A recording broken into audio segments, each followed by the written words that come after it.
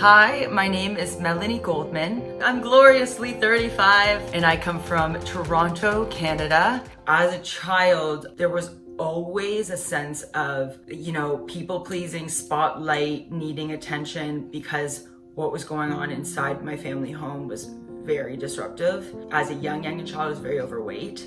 But a lot of that was either because I was eating away my problems, but at the same time that I was overweight, I was pretending that there wasn't as many issues as there was. You never really, are just that person who's just truly not wearing a mask always. I was diagnosed with borderline personality disorder over 10 years ago. There were quite a few years after university, that effed me right up. And I spent majority of that time drinking my face off, just masking every bit of mental health pain. That just aftermath of university, my mental health just became staggeringly obvious that I was just not taking care of myself. It got to the point where my depression was so bad that I was in bed for pretty much a month straight. I just didn't want to be here. And my sister was like, it's time. You're not just depressed, you're not just anxious. I ended up going to Sunnybrook, which is a hospital here in Canada, in Toronto. And this doctor comes back. She's like, you have borderline personality disorder. I had no idea what that was.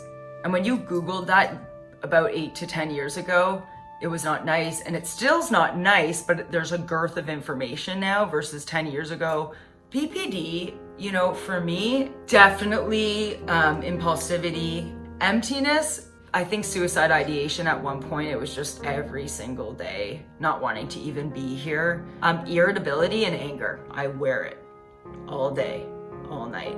And when you wear it, it wears you and it wears you down physically, mentally, everything. Finally, I feel like I'm at a place where I can accept life and I can be very happy and look forward to things. I have things to look forward to.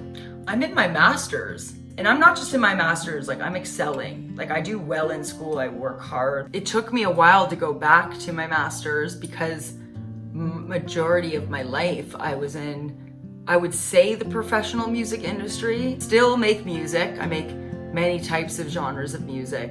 I love to dance. In Canada, when it's cold out, I do any of the outdoor activities. I do volunteer work. If I've got more free time, it goes to dog, my family, my life, and then there's lots of other activities I do.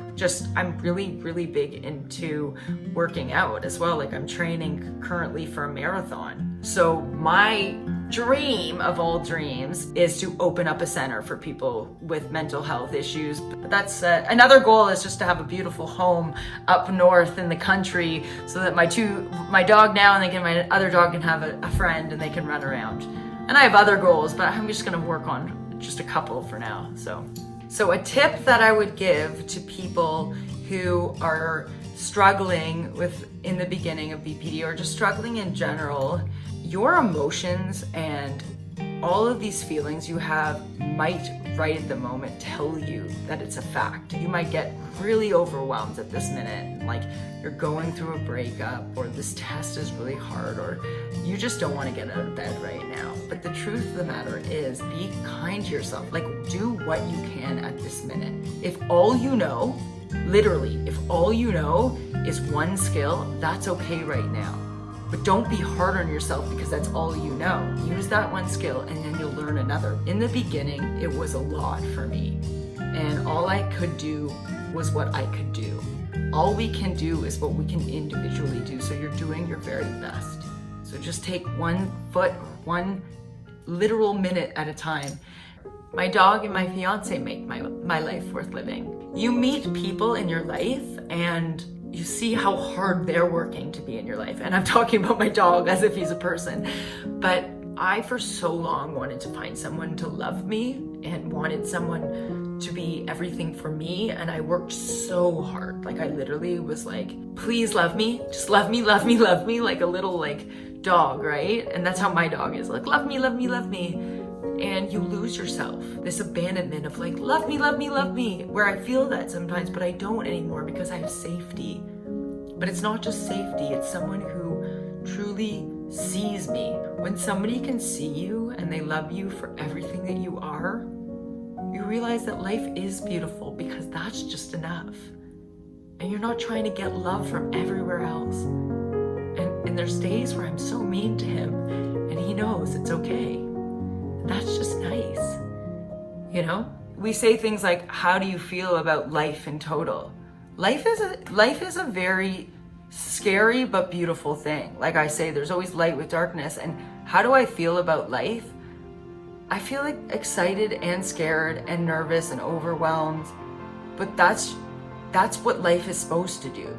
You're not always supposed to be like, life is the best thing in the whole wide world. Like, you're supposed to kind of be like, I accept this and I know there's so much to look forward to, and keep creating and keep working. And so for me, I'm not like, I don't wake up and dread every single thing anymore. I don't wake up and dread every hour of the moment.